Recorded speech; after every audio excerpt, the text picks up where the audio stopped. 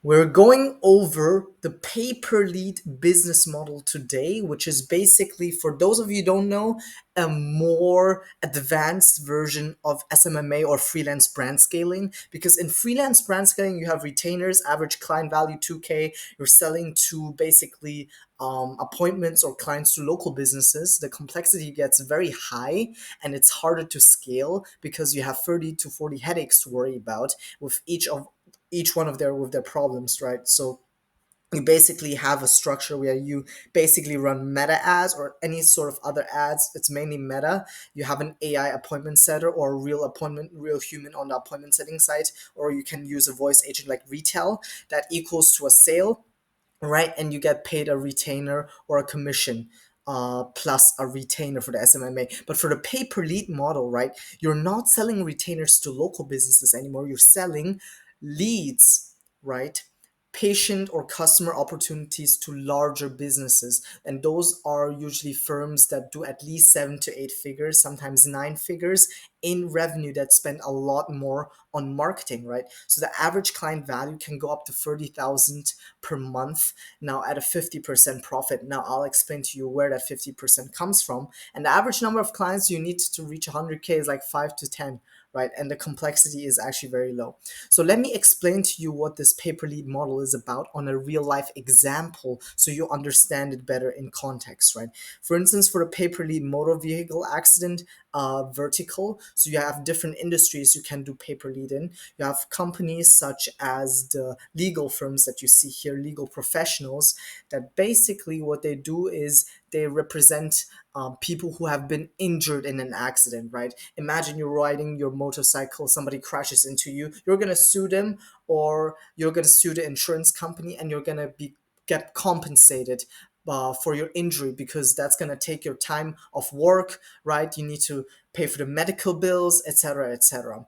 So how it usually works is that each signed case, like a moderate case in MVA, motor vehicle accident, usually comes up to 45,000, but they go into the millions sometimes, right? A smaller case is 5 to 10, but for God's sake, let's just take the average 45K in usual cases, a moderate MVA case, and we calculate what the profit is that the attorney is going to take if the case is successful. So the attorney fee is usually 30 to 40%, right? And basically that their marketing costs, right? So they have their own sales team, maybe 5 to 10 people, sometimes over 10 people, that call the leads all day long, right?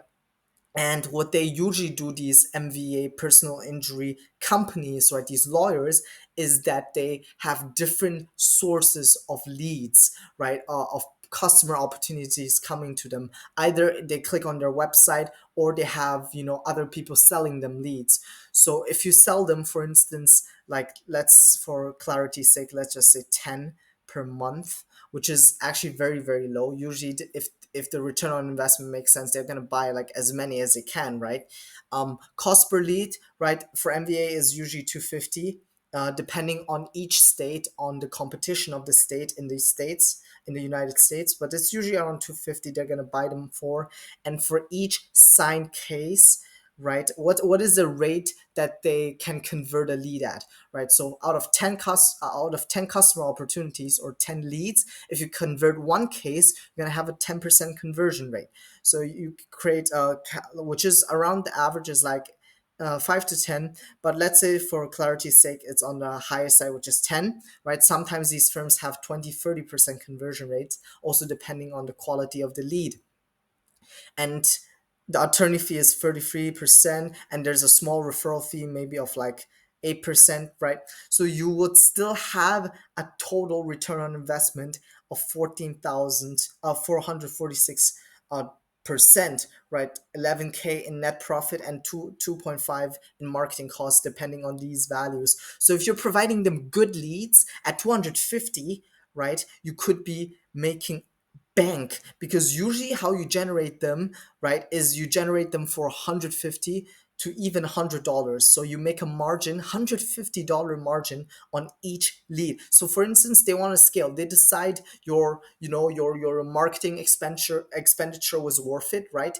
After, usually how it goes is they want to try it out first. You try to sell them 10 to 30 leads as a test trial to make sure that they're also good, right? And they usually pay upfront 50%, and you use that money to generate the leads and take the other 50% as profit. Now, I'm not going to say that you don't know media buying, then you should probably first look into that, because you need to be a very good media buyer as well to be able to create stunning and converting pieces of meta creatives, right? So let's say they want to go up and they want to go to 100 leads per month, right? So they're going to be profiting 111K when spending 25. So that makes a lot of sense for them. Well, the net profit is probably like after taxes and stuff is still going to be profitable, because this is just not taking into account their staffing costs and other costs, right? But this is still an insane margin to be worked with, right? And for them, it makes sense. So they're going to invest more in you, and you're going to also be getting these essential costs, right? They're going to be paying you 100 times $250. They're going to be paying you 25K, and 10K of that could be profit. So on an actual example, I'll show you exactly how that looks right now, right? It's called actual company doing around 2 million in advertising spend. They're called Crash Connect. And here we can also see what kind of advertisements they run, right? They run 340 advertisements, because their only job, like I said, is just to get good leads, right, through the meta advertisements.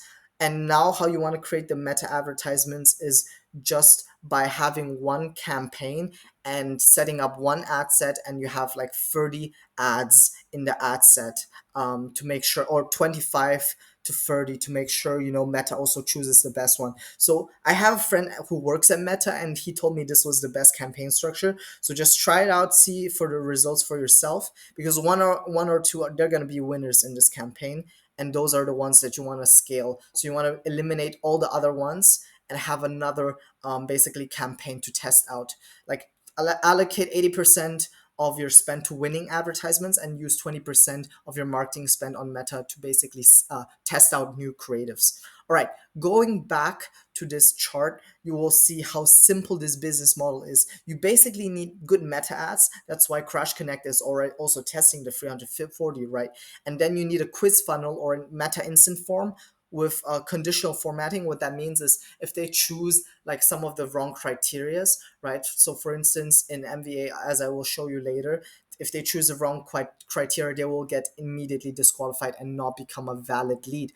They have a thank you page, right? The leads get distributed to the client's Go High Level CRM, or even as simple as Google Sheets, right? And you want to make a notification for their salespeople, so when a lead comes in, they can also directly call. So that's the whole business model. It's way simpler than SMMA in terms of scalability, right? And it's the same skills. The beauty of it is you're using the same skill set that you're using for an SMMA business if you have that, right?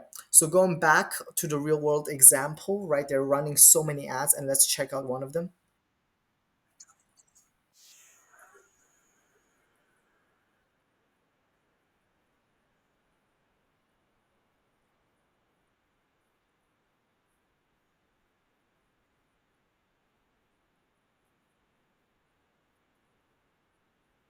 So in terms of making a creative like that is quite simple. You have some B-roll footage, you edit it together into CapCut, get some 11 Labs, voice actor that can basically say this out loud. So it takes you about like 90 minutes to do, or like 60 if you're really good and know what you're doing, right?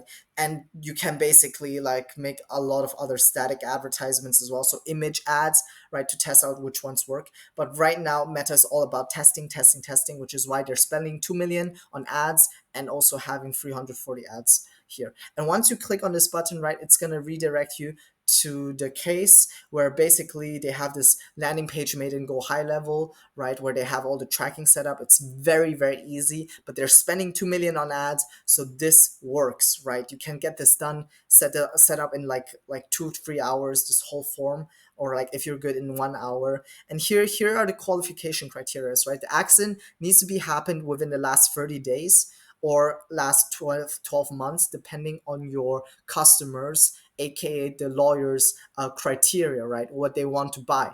So, and for the state you choose like Florida. Maybe they want to buy in Florida. Where are you at fault? Now this is a question, like very very important question, because you're gonna always want leads that qualify, so they need to be not at fault. They need to be not the one who caused the accident, right? Or it's this person is like not suitable for a law case, and it's an invalid lead that the client or attorney has no use for. So if you click on yes, you're going to get disqualified, as you can see here. Thank you for taking your time, but you don't qualify, right? So if you go back, right, let's go back and just see in the past 30 days, and then where you're at fault, no. Where you or any passengers in your car hurt, yes. Are you currently working with an attorney? So that's an important criteria, because for lead to qualify, they need to be not working with an attorney, right? They Because they want an attorney to basically represent them in court. So no, and you enter your name and email address, and here you go, enter your phone number, right? And what they're gonna do is they're gonna like automatically verify if this is a good phone number or not, and by that you submit, and voila, that's how simple this business is, right? So the client is gonna get the phone number, right? And they're gonna just call these leads, and you get $250 per lead on this, and can make a 50% profit margin, which is crazy, right? If you think about it. Now, some of these other platforms like NerdWallet, LendingTree, Credit Karma, Money Supermarkets, they're all marketing businesses in disguise, right? People go onto these platforms because they trust they're gonna get like the best provider for your mortgage, the best provider to loan money from, the best provider to get like housing from, right? But all of this are marketing businesses. They're basically, they have that trust, and what they do is, right, they sell leads to other buyers, right? So if you have a company that's really good at lending out money, perhaps like LendingTree is going to partner up with them and say, hey, I have a lead for you, right? He clicked on your website, and I'm going to charge you $2 for it, for this one click.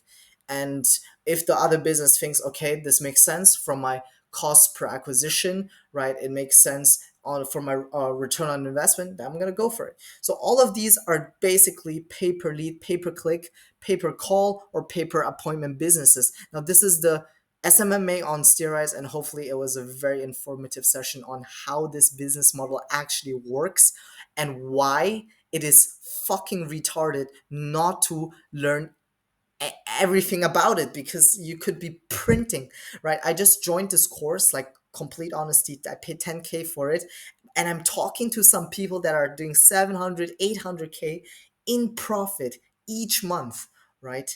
And some of them have like 8 to 9 figure marketing businesses, which is just crazy to see, because I'm definitely not at that level yet, but we're gonna get there very very soon.